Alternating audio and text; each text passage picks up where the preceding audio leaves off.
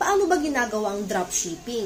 Ang ginagawa mo lang dito kung hindi mo pa afford yung food cart na nagkakahalaga ng 288,888 ay pwede mong gawin ang online business gamit ang cellphone mo na connected sa internet. At pwede mo siyang gawin ng 2 to 3 hours a day. Pero kung mas marami kang time, ay mas maganda para matutukan mo.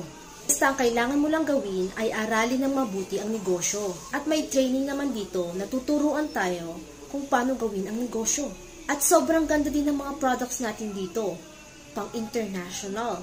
Sa Pilipinas ka man o nasa ibang bansa, ay pwede kang magpa-order ng mga products mo sa iyong online store. Basta ang kailangan mo lang gawin ay i-post ang iyong shop link sa iyong mga social media accounts. At every Tuesday, pumapasok ang commission mo. Kailangan mo lang umattend ng mga trainings every night para guided ka kung ano ang gagawin sa negosyo nito.